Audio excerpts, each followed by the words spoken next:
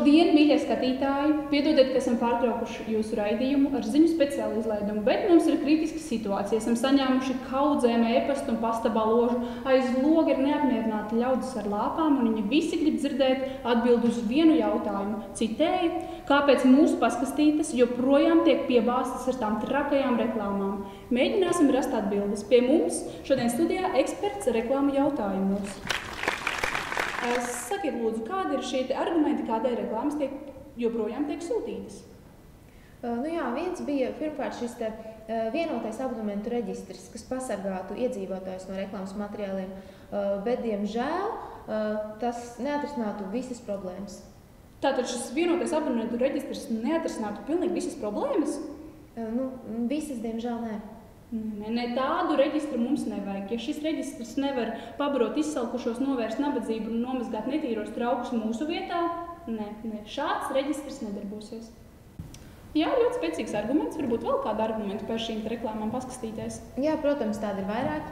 Viens no tiem ir tas, ka ir tikai mīts, ka sabiedrībā reklāma nepatīk. Cilvēkiem patīk reklāma, bet publiski izskan tikai šis viens puses viedoklis par to, ka reklāma ir slikta. Tas ir nepareizi. Mums taču ir vajadzīga viedokļu dažādība, vai ne? Tādēļ mēs rosinām veidot sabiedrisko kustību ar saukli paskaste pavisam un noteikti ir miskaste. Redziet, es tikai piebildīšu, ka mēs veidojam akciju, un akcijas laikā mēs nesastapām nevienu, kurš vēlētos saņemt reklāmas sūtījumus. Dīvaini. Celieties, latvieši, nāciet! Drukātajām reklāmām ir vajadzīgs jūsu atbalsts kā vēl nekad. Jā, diezgan niecīgs atbalsts šai akcijai. Varbūt palīdzēsiet vēl kāds jūsu arguments, kādēļ reklāmas tomēr ir pozitīvas mūsu paskastītēs? Tad mēs varam runāt par pensionāriem. Pensionāri ir ļoti būtiska sabiedrības daļa, ļoti liela sabiedrības daļa.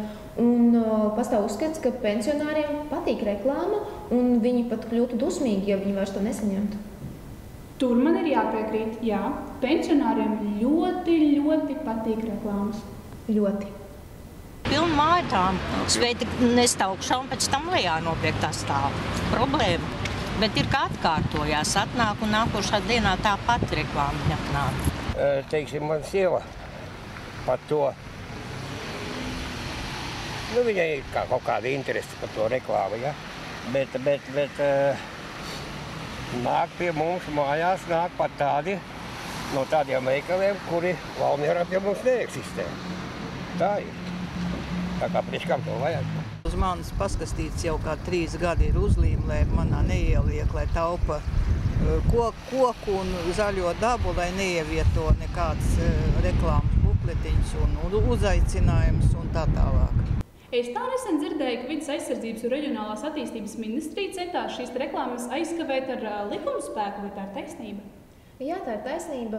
Ministrs Sprūčs to centās panākt, piemērojot dabas resursu nodokli reklāmai.